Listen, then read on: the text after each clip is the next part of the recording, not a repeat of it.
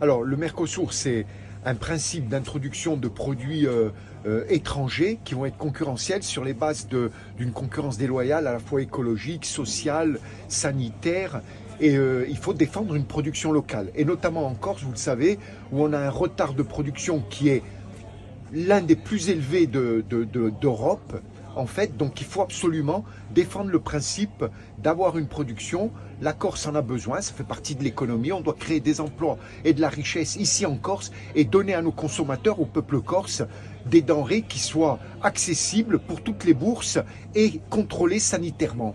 Entre guillemets, vous avez déjà la concurrence de la viande continentale, il ne faudrait pas qu'il y ait la concurrence de la viande sud-américaine, c'est ça? Alors vous avez raison, déjà, cette concurrence-là, plus la concurrence de la viande sud-américaine qui viendrait concurrencer la viande française. Enfin, on est, disons qu'on tire les choses vers le bas. Voilà, au lieu d'améliorer, nous on a du potentiel, on a des possibilités à condition, bien sûr, on ne va pas refaire le match.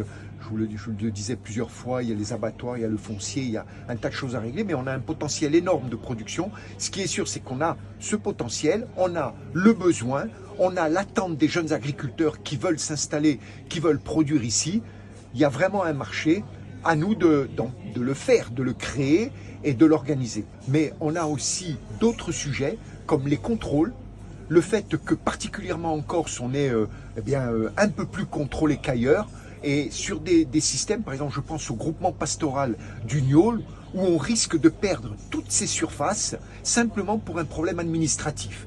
Donc il faut qu'on puisse régler ces choses-là avant le mois de décembre, il y a une date butoir, et on est aussi ici pour ça.